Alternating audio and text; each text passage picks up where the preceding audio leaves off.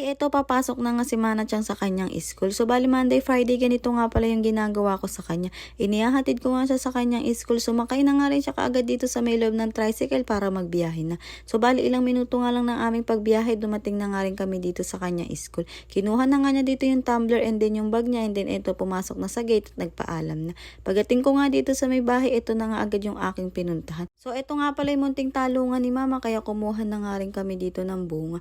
Ito nga daw yung gustong ulam ni mama kaya eto kumuha na nga rin kami. Pag uwi ko nga dito sa may bahay, ito na nga agad yung aking inasikaso.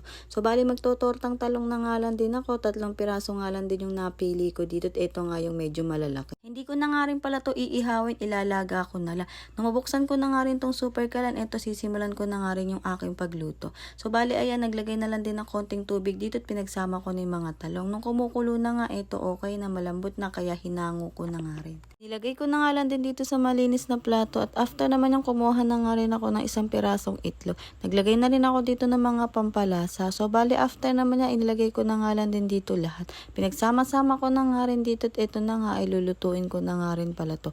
Kumuha na ako ng sandok dito and kawala and then yung mantika. Nilagay ko na nga lang din pala ito at ito kinalat ko na nga lang din dito.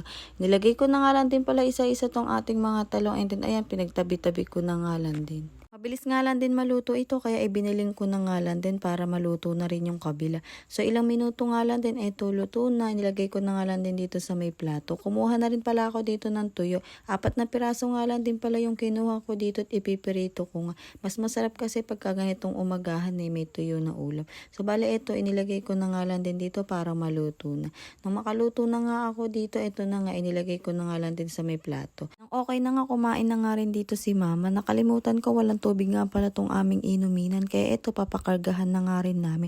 Nagbiyahe na nga rin kami dito si ate nga ang driver. Syempre hindi mawawala dito yung aking anak na si Baby Lian.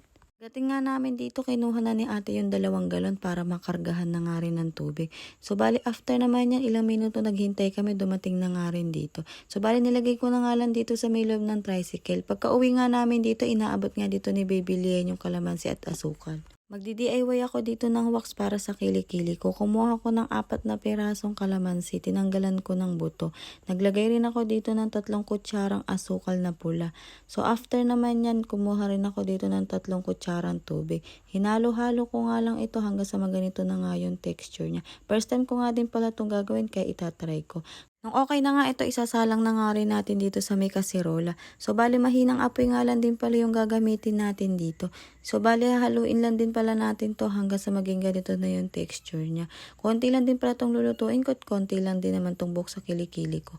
Nung okay na, inilagay ko na nga dito sa may maliit na mangkok. So, bali palalamigin nga lang din pala natin ito at haluin ko nga lang din ng konti. Habang pinapalamig ko nga ito, kumuha muna ako ng papel at hinati ko sa gitna. And then, start na nga rin tayo. Ito nga pala yung kilikili ko, konti lang din yung buhok kaya yan lang din yung ating tatanggalin. So bali ito nga nilagyan na nga rin ni ate, parang inuyat nga siya char. Nilagyan na nga rin ng papel kaya ito start na rin tayo sa pagtanggal. Pero na-amaze nga ako dito sa aking ginawa na DIY ng aking pagwawak. So bali halos lahat natanggal siya. Medyo namula nga lang siya pero normal lang naman daw yun. So bali ayan nilagyan ko nga lang din ng konting polvo. So next na tayo dito sa may kabilang side. Konti lang din pala yung buko dito sa may kilikili. Kaya konti lang din yung in-apply dito ni ate. So bali kung tatanungin nyo pala ako dito kung masakit, hindi po masakit. Super na-satisfy nga ako dito sa aking ginawa. Sobrang natanggal nga talaga yung mga buko dito sa kilikili. Kung gusto nyo rin ng ganito, pwedeng-pwede nyo pong itry. So ayan, natanggal na po lahat. Ito nga pala yung aking mga buhok sa kilikili. So yun lang, hanggang dito muna. Thank you!